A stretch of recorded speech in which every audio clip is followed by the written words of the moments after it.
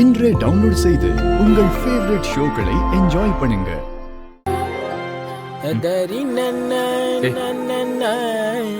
தவக்கல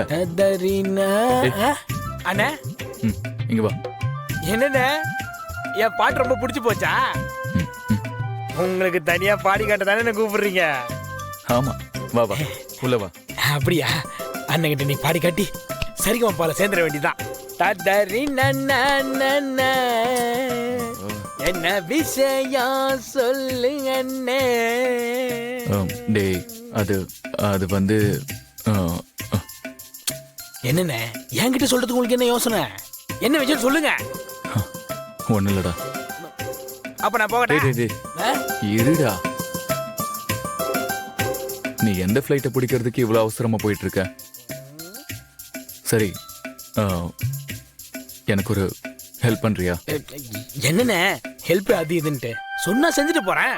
சரி, நான் நேரா விஷயத்துக்கே வரேன். நீ போய் தமிழையும் ஆதித்யாவையும் யாருக்கும் தெரியாம என்னோட ரூமுக்கு கூட்டிட்டு வரணும். போச்சுரா, அந்த ரெண்டு என்ன ஃபாரின்லயா இருக்கு? இங்கதான் எங்கன்னா விளையாடிட்டு இருக்குங்க. இங்க வாங்கடா பசங்கன்னா வந்துட போறாங்க. டேய், அது எனக்கு தெரியாதா? நான் சொன்னதை மட்டும் செய்யாம அதுக்கு 1008 கேள்வி கேட்பியா? அண்ணா நீங்க கேட்டா நான் செய்ய மாட்டேனா?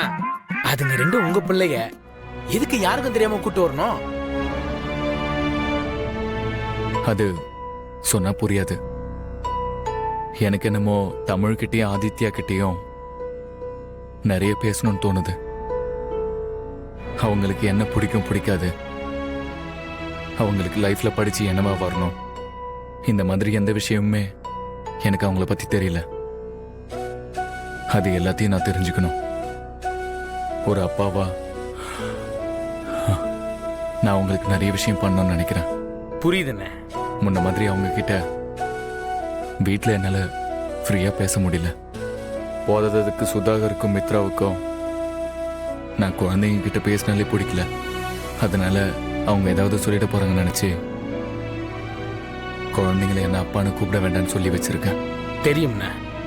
நீ இதெல்லாம் அவங்க கிட்ட பேசிட போற. அவங்களுக்கு நான் சாக்லேட் எல்லாம் வாங்கி வச்சிருக்கேன்.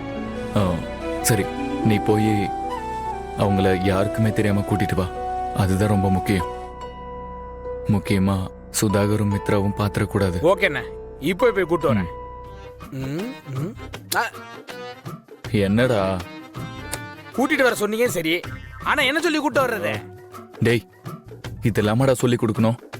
எதையாவது சொல்லி கூட்டிட்டு வா போ. அண்ணா நீங்க அவ்வளவு சாதாரணமா சொல்லிட்டீங்க. அது ரெண்டு ரொம்ப தெளிவு. நான் எது சொன்னாலும் திருப்பி என்னைய எடக்க முடுக்க நிறைய கேள்வி கேட்குங்க. அதுல இந்த ஆதித்ய பையன் இருக்கானே, என்ன பாக்குறப்பெல்லாம் கேள்வியா கேட்டு குடத்தில் கொடுத்துட்டே இருக்கான். எனக்கு அவங்க கிட்ட இருந்து தப்பிக்கிறதே பெரிய வேலையா இருக்கு. அவனாலதான் நிறைய தடவை இந்த வீட்டுல யார்கிட்ட சிக்கி சின்ன பண்ணமா ஆகுறேன். டேய், உன்கிட்ட ஒரு வேலை சொல்லி அதை நான் பண்ண வைக்கிறதுக்குள்ள நான் ஒரு வழியாயிடுவேன் போல. போடா, போய் எதையாவது சொல்லி கூட்டிட்டு வா போ. உன்னால முடியும். உன்னால முடியும். போயிட்டு வா. இப்படி உசுப்பத்தி தான் உடம்பு ரணகலமாக்கி இருக்கீங்க. நீங்க சாதாரணமா சொல்லிட்டீங்க. எத்தனை பேரை தாண்டி அவங்க ரெண்டு பேரையும் நான் கூட்டு வரணும் தெரியுமா? டேய், பொலம்பாதரா, நல்ல பையன்ல. போ, சீக்கிரம் கூட்டிட்டு வா போ. இன்னைக்கு என்னென்னலாம் நடக்க போகுதோ.